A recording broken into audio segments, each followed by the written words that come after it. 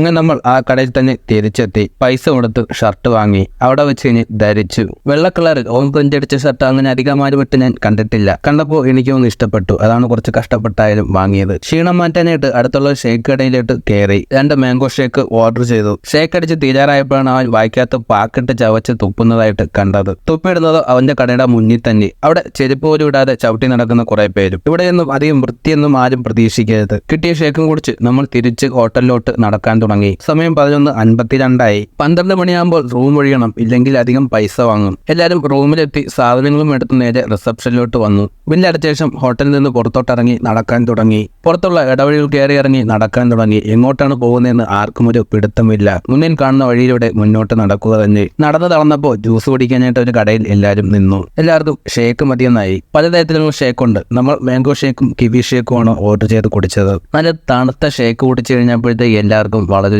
ആശ്വാസം തന്നെയായി. അതെല്ലാവരുടെ കണ്ണിലും കാണാനും ഉണ്ടായിരുന്നു. ശേഷം നേരെ പോയത് അടുത്തുള്ളൊരു പാർക്കിലോട്ടാണ്. ഒരാൾക്ക് പാർക്കിനകത്ത് കയറാൻ 10 രൂപ ടിക്കറ്റ്. 10 രൂപയ്ക്ക് 4 മണിക്കൂറാണ് ഇതിനകത്ത് ചെലവഴിക്കാനുള്ള സമയം തരുന്നത്. നല്ല തണൽ മരവും കുളവും കാറ്റുമൊക്കെയുള്ള ചെറിയ നല്ലൊരു പാർക്കാണിത്. എല്ലാവരും ഓരോരോ ബെഞ്ച് വെച്ച് പിടിച്ചു കിടന്ന് ഉറങ്ങാൻ തുടങ്ങി.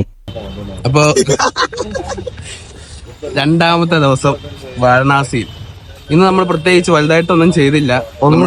രാവിലെ എണീറ്റു, ഫുഡ് കഴിക്കുക, കുളിച്ച് ഫ്രഷ് ആയിട്ട് ഫുഡ് കഴിക്കാൻ പോയി. പിന്നെ കുറച്ച് കറങ്ങാൻ ശ്രമിച്ചു. അപ്പൊ ഇവിടെ ഒരുപാട് വണ്ടികൾ ഭയങ്കര റേറ്റൊക്കെയാണ് പറയുന്നത്. ആട്ടയൊക്കെ വിളിച്ചു പോകാൻ 10-300 രൂപയ്ക്കാണ് അടുത്തുള്ള സ്ഥലത്തും പറയുന്നത്. പിന്നെ ആട്ടയൊന്നും പലയിടത്തും ഇവിടെ പോകത്തില്ല, ഭയങ്കര തിരക്കായോണ്ടേ അവരതിന്റെ റേറ്റ് ചോദിക്കുന്നുണ്ട്. 300 രൂപ എന്ന് പറയുമ്പോൾ വലിയ തുകയായിട്ട് തോന്നത്തില്ലെങ്കിലും ഞങ്ങളുടെ ഇപ്പോഴത്തെ അവസ്ഥയിൽ 300 രൂപ വലിയ തുകയാണ്. അതെ അതെ. അപ്പൊ നമ്മൾ പിന്നെ ഇവിടെ അടുത്ത സ്തൂപം, എന്താ സ്തൂപം? അശോക സ്തൂപം. അതെ, അശോക സ്തൂപം. അത് ഈ സാരനാഥിലാണ് സ്തൂപം ഉള്ളത്. നമ്മുടെ നോട്ടിലൊക്കെ വരുന്നില്ലേ അശോക സ്തംഭം? അശോക സ്തംഭമാണ്. ആ സ്തംഭത്തിൽ സത്യമേവ ജയതേ എഴുതിയ 4 സിംഹത്തിന്റെ തലയുള്ള 4 ഒറിജിനൽ മ്യൂസിയം. ഒറിജിനൽ അതിന്റെ ഒറിജിനൽ ഇത് ഉള്ളത്. അത് കണ്ടിട്ടാണ് നമ്മുടെ നോട്ടില്. അതെ, അതില് അശോക ചക്രവർത്തി ഇവിടെ ഇതാണ് നമ്മുടെ ഇവിടെ ഹിന്ദു ക്ഷേത്രം ഉള്ള പോലെ തന്നെ ഇവിടെ ഈ സാരനാഥിലുള്ള അവിടെയുള്ള ബുദ്ധക്ഷേത്രമുണ്ട്. അപ്പൊ അവിടെയാണ് എനിക്ക് കൃത്യമായിട്ട് അതിനെ പറ്റി അറിയത്തില്ല, പക്ഷെ അവിടെ ഉത്സവം ഉണ്ട്. അത് ഇവിടുന്ന് അടുത്താ പോകാൻ വലിയ, പക്ഷെ നമ്മുടെ സമയക്രമവും ഒന്നാമത്തെ ചൂട് എല്ലാരും ഓൾറെഡി ക്ഷീണിച്ചിരിക്കും.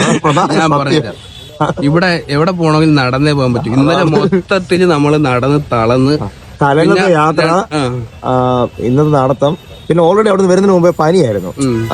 അനീഷിന് അറിയാം. എല്ലാരും യാത്ര ചെയ്ത് മരുന്നെല്ലാം കഴിച്ച് എല്ലാരും പെട്ട് നിൽക്കുമായിരുന്നു. അത് ഈ അവിടുന്ന് വരുമ്പോ തന്നെ നമ്മൾ പല സ്റ്റേറ്റ് കയറി വരുമ്പം ക്ലൈമറ്റ് ചൂട് നടക്കുമ്പോൾ മാറി മാറി അടിച്ച് വരുമ്പോഴത്തേന് പെട്ടെന്ന് എന്തെങ്കിലും ചെറിയ അസുഖം ഉണ്ടെങ്കിൽ അത്